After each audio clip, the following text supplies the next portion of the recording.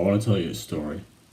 It was one day when I was walking back from my house, and the time was 10 to 5 p.m.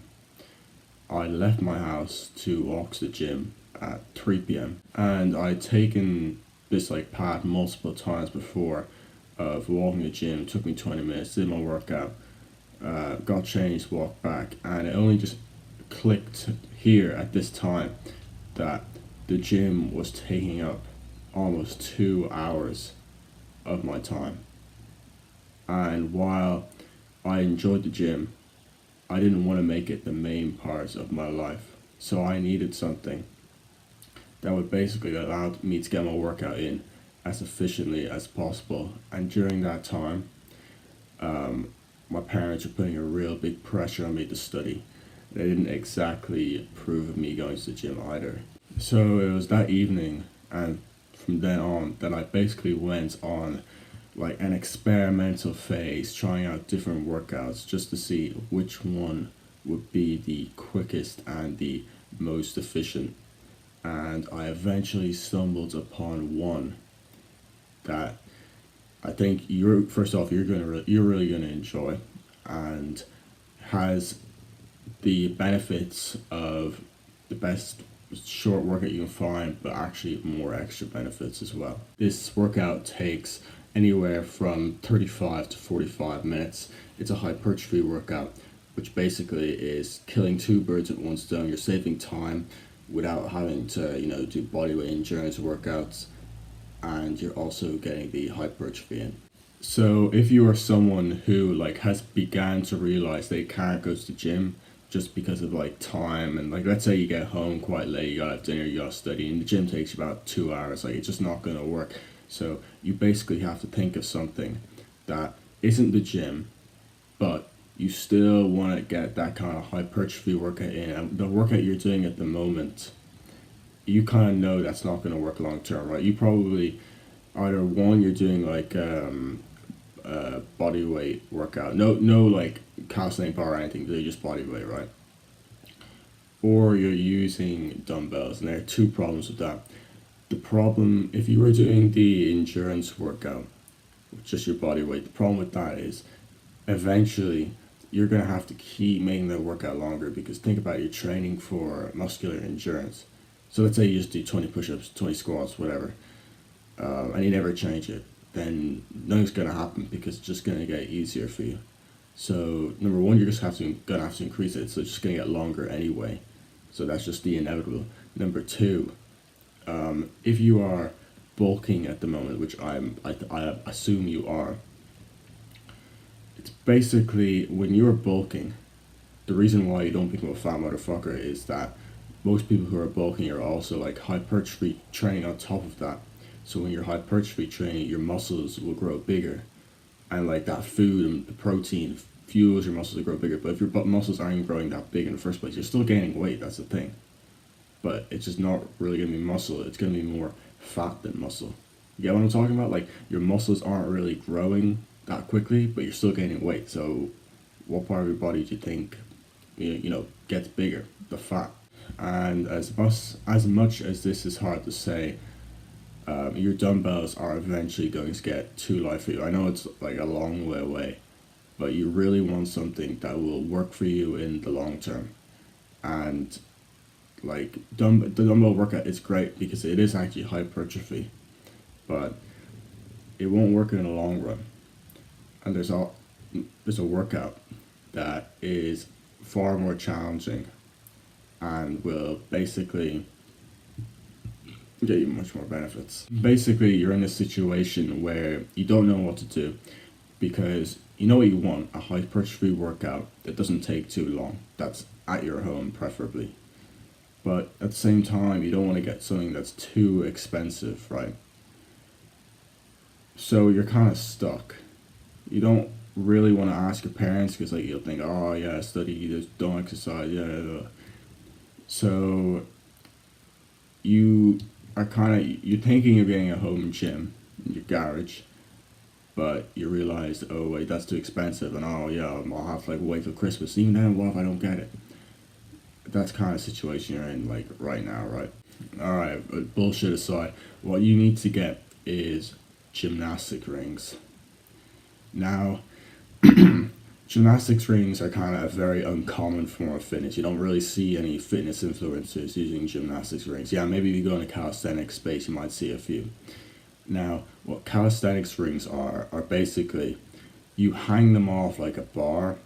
If you have like a swing set, hang them off that. If you have a low lying branch, hang them off that. To be honest, like there are so many. Here's why they're so good. You do it outside first off. It's a benefit in itself. I'll explain that later. But secondly, you can hang them from literally anywhere. So you can hang them from your back garden. You can hang them from your local park. That is like one of the best things about the rings is that no matter where you go, so let's say you go on holidays like with your parents or something, you can take your rings with you and set them up somewhere else. And one of the best part about the rings is that when you're doing exercises on the rings, think about it, the rings are really like wobbly. So the dips, tricep dips, the one that you're able to do 20 reps on the normal dip machine in the gym, you'd only be able to do 8 of them on the rings because your hands are like shaking all the time. So what that does is basically it gets you in the 8 to 12 rep range, which is the hypertrophy rep range.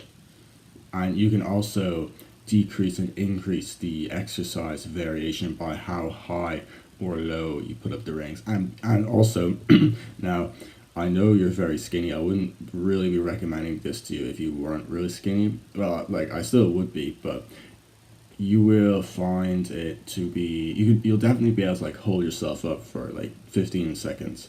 It'll be very very hard. You will get humbled if you think you have like good like core strength. I can't even do an L-sit. Yeah, I'm still learning to do an L-sit.